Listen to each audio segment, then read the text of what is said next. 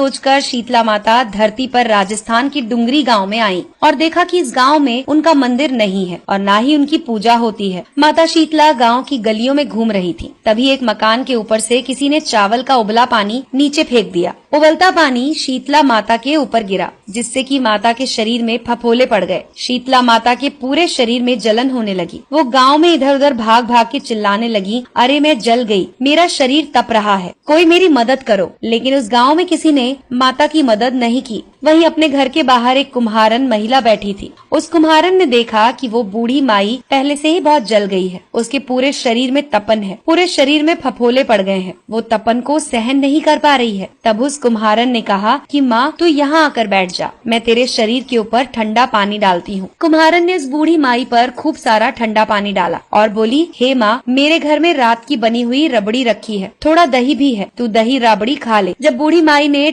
ज्वार के आटे की राबड़ी और दही खाई तो उसके शरीर को ठंडक मिली। तब उस कुम्हारन ने कहा, माँ बैठ, तेरे सिर के बाल बिखर गए हैं, ला मैं तेरी चोटी बना देती हूँ। कुम्हारन माई की चोटी गूंथने के लिए कंघी से बालों में करती रही। अचानक कुम्हारन की नजर बूढ़ी माई के सिर के पीछे पड़ी तो कुम्हारन ने देखा कि एक आंख बालों के अंदर छुपी हुई है। ये देखकर वो कुम्हारन डर के मारे भागने लगी। तब उस बूढ़ी माई ने कहा कि रुक जा बेटी, तू डर मत, मैं भूत प्रेत नहीं हूँ, मैं शीतला देवी हूँ। मैं तो इस धरती पर देखने आई थी कि कौन मुझे मानता है, कौन मेरी पूजा करता है। इतना कहकर माता ने अपने हीरे जवाहरात के आभूषण पहने हुए, सिर पर स्वर्ण मुकुट धारण किया हुआ अपना असली रूप उसको दिखाया। माता के दर्शन कर कुम्हारन सोचने लगी कि अब मैं गरीब, इस माता को कहाँ बिठाऊं। तब माता बोली, हे बेटी, तू किस सोच में पड़ गई है। तब उस कुम्हारन ने हाथ जोड़कर आंखों में आंसू बहते हुए कहा, हे माँ, मेरे घर में तो चारों तरफ दरिद्रता है, मैं आपको कहाँ बिठाऊं। मेरे घर में ना तो चौकी है ना ही आसन। तब शीतला माता प्रसन्न होकर उस कुम्हारन के घर पर खड़े हुए एक गधे पर बैठ गईं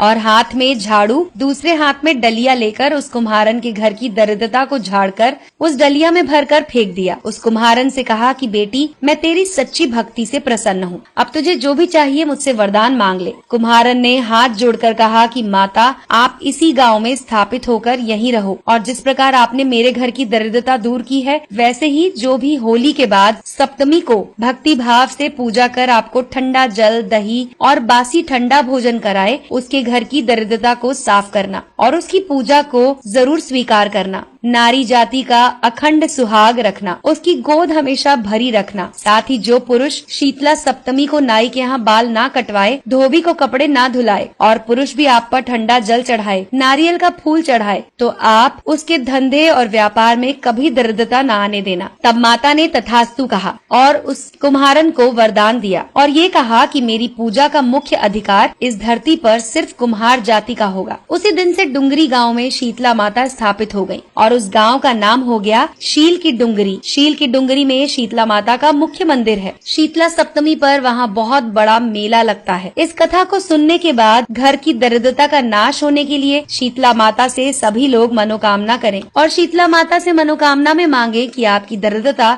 दूर हो जाए। दोस्तों, अगर आपको ये कहानी पसंद आई हो तो इसे लाइक करें और अपने